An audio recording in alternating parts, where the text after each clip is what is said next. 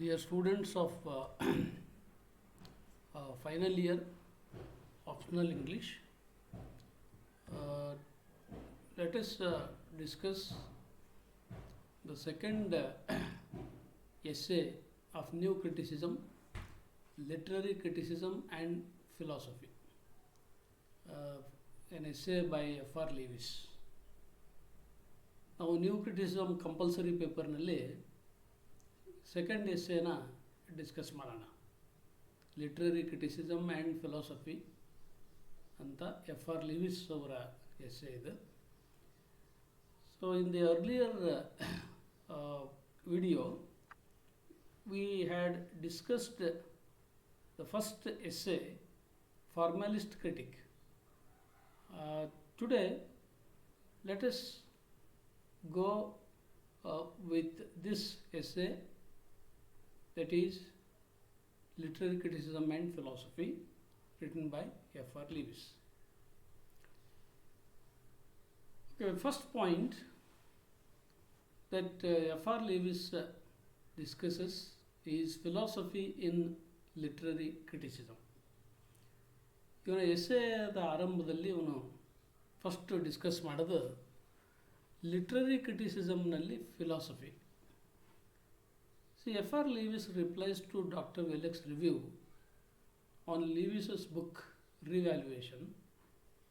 F.R. Lewis doctor Wellek ಒಬ್ಬ philosopher, ಲಿವಿಸ್ನ book revaluation ಮೇಲೆ ಒಂದು ರಿವ್ಯೂ ಮಾಡ್ತಾನೆ. ಆ ರಿವ್ಯೂಗೆ F.R. Lewis ರಿಪ್ಲೈ ಕೊಡ್ತಾನೆ. ಆ ರಿಪ್ಲೈ ಕೊಡೋದ್ರ ಮುಖಾಂತರ ಈ ಎಸ್ಸೆನ ಸ್ಟಾರ್ಟ್ ಮಾಡ್ತಾನೆ. F.R. Lewis begins with gratitude to Dr. Welleck for he has taken up an issue in his book of which other critics commented vaguely, that is the issue of philosophy in literature to be considered in literary criticism. F.R. Lewis doctor ವೆಲ್ಲೆಕ್ಗೆ ಕೃತಜ್ಞತೆಗಳನ್ನು ಸಲ್ಲಿಸ್ತಾ ಈ ಎಸ್ಸೆನ ಆರಂಭ ಮಾಡ್ತಾನೆ. ಯಾಕೆ ಅಂದರೆ ಈ ಇಶ್ಯೂ ಆಫ್ ಫಿಲಾಸಫಿ ಇನ್ ಲಿಟ್ರೇಚರ್ನ ತುಂಬ ಡಿಟೇಲಾಗಿ ಡಿಸ್ಕಸ್ ಮಾಡಿದ್ದು, ಕನ್ಸಿಡರ್ ಮಾಡಿದ್ದು ಡಾಕ್ಟರ್ ವೆಲ್ಲೆಕ್. ಆದರೆ ಬೇರೆ ಕ್ರಿಟಿಕ್ಸ್ ಅದನ್ನು ತುಂಬ ಅಸ್ಪಷ್ಟವಾಗಿ ಡಿಸ್ಕಸ್ ಮಾಡಿದ್ದಾರೆ. ಸೊ ಆ ಕಾರಣಕ್ಕೆ ಈ ಡಾಕ್ಟರ್ ವೆಲ್ಲೆಕ್ ಅವರಿಗೆ F.R. Lewis ಕೃತಜ್ಞತೆ ಸಲ್ಲಿಸ್ತಾ ಎಸ್ಸೆನ ಆರಂಭ ಮಾಡ್ತಾನೆ. Dr. Welleck asks Lewis to defend his position and to become conscious that ethical, philosophical and aesthetic choices are involved in literary criticism. ಈ ರಿವ್ಯಾಲ್ಯೂಯೇಷನ್ ಪುಸ್ತಕದ ಮೇಲೆ ರಿವ್ಯೂ ಮಾಡುವಾಗ ಡಾಕ್ಟರ್ ವೆಲ್ಲೆಕ್ ಲಿವಿಸನ್ ಕೇಳೋದೇನೆಂದರೆ, ಒಬ್ಬ critic ethical, philosophical and aesthetic choices ಗಳ ಬಗ್ಗೆ ಅವನು ಏನು ಪೊಸಿಷನನ್ನು ತಗೊಳ್ತಾನೆ, literary ಕ್ರಿಟಿಸಿಸಮ್ನಲ್ಲಿ ಇವು ಎಷ್ಟರ ಮಟ್ಟಿಗೆ ಇಂಪಾರ್ಟೆಂಟು ಅನ್ನೋದನ್ನ ಅವನು ಡಿಫೆಂಡ್ ಮಾಡಬೇಕು ಅಂತ ಸ್ಟಾರ್ಟ್ ಮಾಡ್ತಾನೆ. So that is the first point that we can consider in the beginning of this essay, literary criticism and philosophy. The second point is that critic, not a philosopher. So F.R. Lewis is very much conscious that critic is not a philosopher, but Welleck makes a charge that Lewis seems to be unconscious while making assumptions. Welleck ಒಂದು ಆರೋಪ ಮಾಡ್ತಾನೆ. ಏನಂದರೆ Levi's ತನ್ನ ಅಜೂಮ್ಷನ್ಸ್ಗಳನ್ನ ಮಾಡುವಾಗ, ಒಂದು literary ಟೆಕ್ಸ್ಟಿನ ಮೇಲೆ ತನ್ನ ಅಜೂಮ್ಷನ್ಸ್ಗಳನ್ನ ಮಾಡುವಾಗ ಅವನು ಅನ್ಕಾನ್ಸಿಯಸ್ ಆಗಿದ್ದಾನೆ, ಪ್ರಜ್ಞಾಪೂರ್ವಕವಾಗಿ ಇಲ್ಲ ಅಂತ ಆರೋಪ ಮಾಡ್ತಾನೆ. ಆದರೆ but F.R. Lewis refutes it. F.R. Lewis ಮಾತ್ರ ಇದನ್ನು ತಳ್ಳಿ ಹಾಕ್ತಾನೆ. ಯಾಕೆ? Wellek adds, Lewis could have misgivings if he had tried to elaborate a defense or theory. ವೆಲ್ಲೆಕ್ ಮುಂದುವರೆದು ಹೇಳೋದು, ಲೀವಿಸ್ ಒಂದು ವೇಳೆ ಎಲಾಬೊರೇಟ್ ಮಾಡೋಕ್ಕೆ ಹೋಗಿದ್ರೆ, ಅನ್ನೋ ಒಂದು ಥೇರಿನ ಎಲಾಬೊರೇಟ್ ಮಾಡೋಕ್ಕೆ ಹೋಗಿದ್ರೆ ಅವನು ಕೆಲವು ಮಿಸ್ಟೇಕ್ಸ್ಗಳನ್ನು ಮಾಡ್ತಿದ್ದ ಅಂತ. ಬಟ್ ಲೀವಿಸ್ ರಿಟಾರ್ಟ್ಸ್, ಆದರೆ ಇದಕ್ಕೆ ತುಂಬಾ ರಿಪ್ಲೈ ಕೊಡ್ತಾನೆ, ಹಾರ್ಷ್ ಆದಂಥ reply, that in no way he could present a theory as satisfactory to doctor ವೆಲೆಕ್.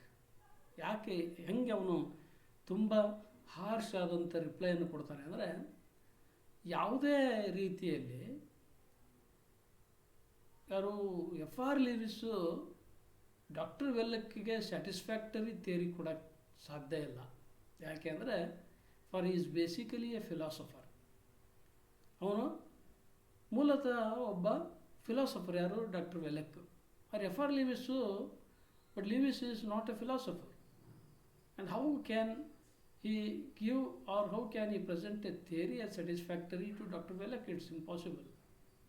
Lewis has only a critic's traits as a pretender.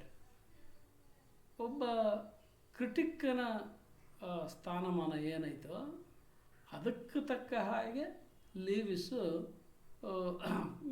ಕೆಲವು ಗುಣಗಳನ್ನು ಹೊಂದಿದ್ದಾನೆ. ಹಾಗಾಗಿ ಡಾಕ್ಟರ್ ವೆಲೆಕ್ ಎಕ್ಸ್ಪೆಕ್ಟ್ ಮಾಡಿದ ಪ್ರಕಾರ ಅವನು ಯಾವುದೇ ಕಾರಣಕ್ಕೂ ಸ್ಯಾಟಿಸ್ಫ್ಯಾಕ್ಟರಿ ಥಿಯರಿ ಕೊಡೋಕ್ಕೆ ಚಾನ್ಸೇ ಇಲ್ಲ. So this is the second point. Now let us discuss the third point. Literary criticism and philosophy are different.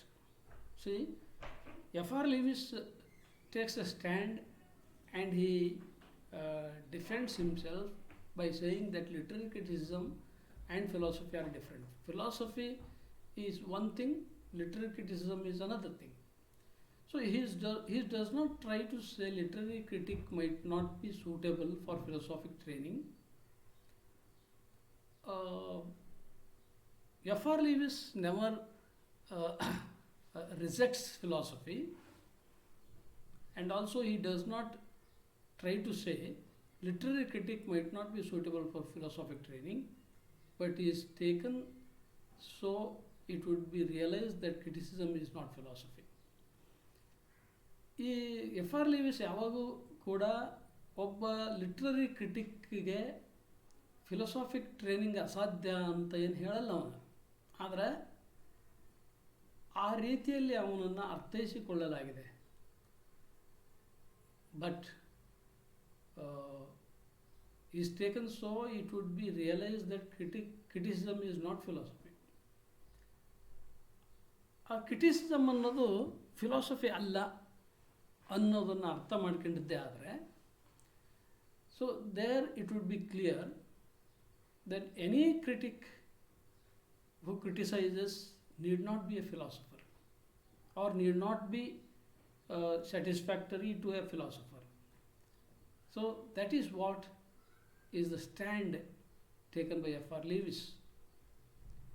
Many writings unfold the varying alliance between literary critics and philosophers.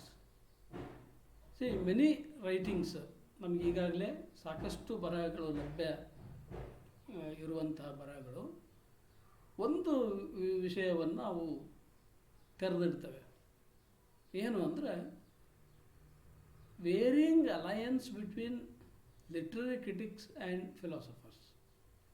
ಈ literary critics ಸಾಹಿತ್ಯಿಕ ವಿಮರ್ಶಕ ಮತ್ತು ಒಬ್ಬ ತತ್ವಶಾಸ್ತ್ರಜ್ಞ, ಇವರ ಮಧ್ಯದಲ್ಲಿ ಇರೋಂಥ Alliance ಯಾವಾಗಲೂ ಬದಲಾಗ್ತಾ ಇರುತ್ತೆ. ಅದು from issue to issue it changes. He is not much sure that it is necessary to have them distinct from each other. Dr. Wellek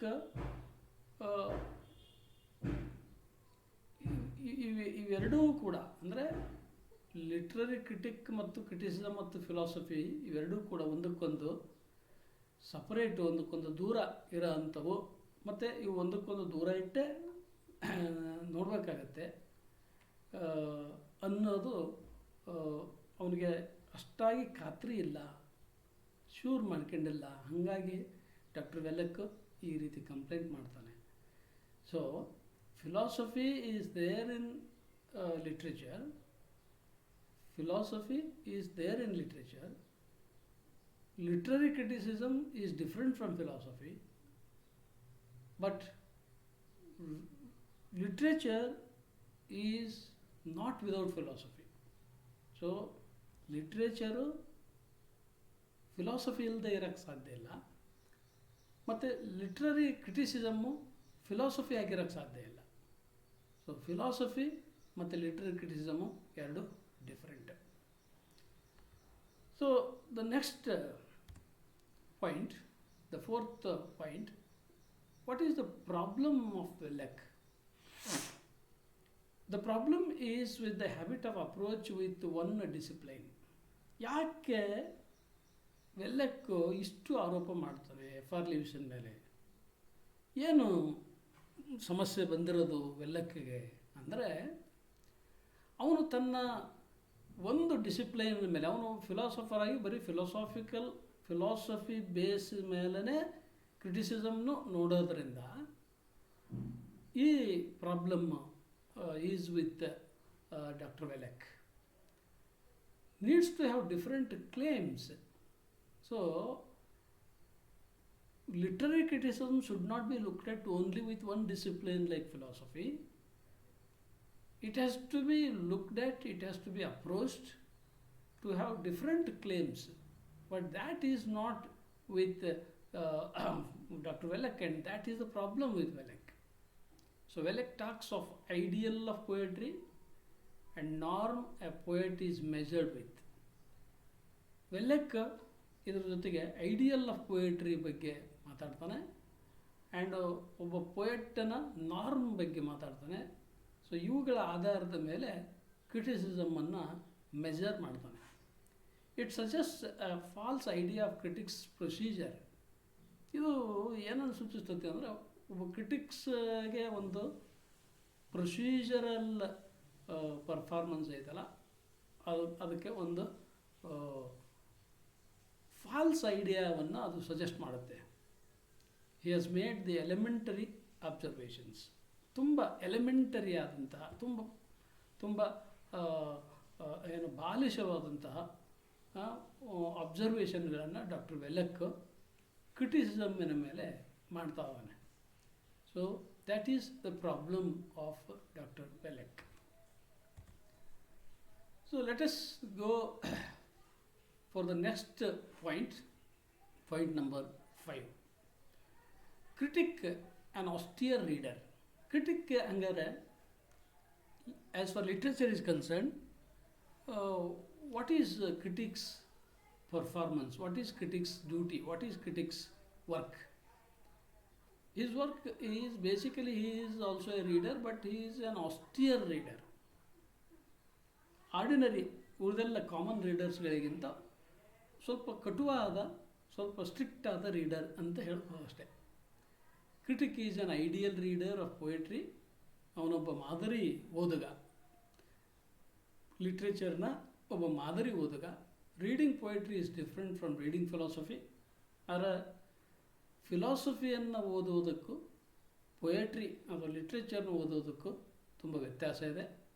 but I can't define the difference. ಆದರೆ ಆ ಡಿಫರೆನ್ಸನ್ನು, ಅದೇನು difference ಅನ್ನೋದನ್ನ define ಮಾಡೋಕ್ಕೆ ಸಾಧ್ಯ ಇಲ್ಲ. Wellek may give its good account. Wellek ಅವನು ಇದ್ರ ಬಗ್ಗೆ ಒಂದು ಗುಡ್ ಅಕೌಂಟನ್ನೇ ಕೊಡ್ಬೋದು. But we say philosophy is abstract. ಆದರೆ ನಮ್ಮ ಪ್ರಕಾರ, ಅಂದರೆ ಸಾಹಿತ್ಯ ಓದುವವರ ಪ್ರಕಾರ, ಫಿಲಾಸಫಿ ಅಸ್ಪಷ್ಟ ಮತ್ತು ಪೊಯೆಟ್ರಿ ಈಸ್ ಕಾಂಕ್ರೀಟ್. ಸಾಹಿತ್ಯ, ಕಾವ್ಯ ಇರ್ಬೋದು, ಕಾವ್ಯ ಅಂದರೆ ಇಲ್ಲಿ ಸಾಹಿತ್ಯ, literature is concrete, is very clear. ಯಾಕೆ ಅಂದರೆ philosophy just tells us do's and don'ts, but literature demonstrates do's and don'ts, shows do's and don'ts with illustrations. Words make us to feel and to become something, to get experience. Words ಇಲ್ಲಿ ಬರೀ ಅರ್ಥ ಮಾತ್ರ ಹೇಳಲ್ಲ ಲಿಟ್ರೇಚರ್ನಲ್ಲಿ, ಬರೀ ಅರ್ಥ ಮಾತ್ರ ಹೇಳಲ್ಲ, ಅವು ನಮಗೆ ಫೀಲ್ ಕೊಡ್ತವೆ, ಫೀಲಿಂಗಿಗೆ ಬರ್ತವೆ, ಎಕ್ಸ್ಪೀರಿಯನ್ಸಿಗೆ ಬರ್ತವೆ. So but not to think about or to judge something. ಆದರೆ ಇಲ್ಲಿ ಯಾವುದನ್ನು ನಾವು ವಿಚಾರ ಮಾಡೋಕ್ಕೆ ಹಚ್ಚಂಗಿಲ್ಲ ಅಥವಾ ಒಂದು ಜಡ್ಜ್ಮೆಂಟನ್ನು ಪಾಸ್ ಮಾಡೋಕ್ಕೆ ಹಚ್ಚಂಗಿಲ್ಲ. We are made to, readers are made to get involved in that particular experience, that particular incident that is depicted in the world of literature. As Welleck said about measuring of a poet with a norm, Welleck ಹೇಳ್ತಾ ಹಿಂದಿನ ಪಾಯಿಂಟಲ್ಲಿ ಹೇಳಿದ ಪ್ರಕಾರ ಒಬ್ಬ poet ಅಂತ ಪರಿಗಣಿಸಬೇಕಾದ್ರೆ ಅವನ norm ಆಧಾರದ ಮೇಲೆ ಅವನು ಪರಿಗಣಿಸಬೇಕು, ಮೆಜರ್ ಮಾಡಬೇಕು ಅಂತಾನೆ. he doesn't know it misrepresents. ಆದರೆ ಡಾಕ್ಟರ್ ವೆಲ್ಲೆಕ್ಗೆ ಗೊತ್ತಿಲ್ಲ ಅದು ಮಿಸ್ರೆಪ್ರೆಸೆಂಟ್ ಮಾಡುತ್ತೆ ಅಂತ. Reader with is maturity may go beyond realisation to relate the things. So ಯಾವಾಗಲೂ ಒಬ್ಬ ರೀಡರ್ ಮೆಚೂರ್ಡ್ ಆದಂಥ ಸ್ಟೇಟ್ ಆಫ್ ಮೈಂಡನ್ನು ಹೊಂದಿದ್ರೆ ಅವನು beyond the realisation to relate the things, he can go beyond the realisation. ಈ ಓದುಗ ಒಬ್ಬ ಕ್ರಿಟಿಕ್ಕನ ಓದುಗನಿಗಿಂತ ಮೆಚೂರ್ಡ್ ಆಗಿದ್ದರೆ ಅವನು beyond the realisation to relate the things, he can go and understand the text for better. So this is what we discussed in this video. In the next video we can continue from point number 6. Thank you.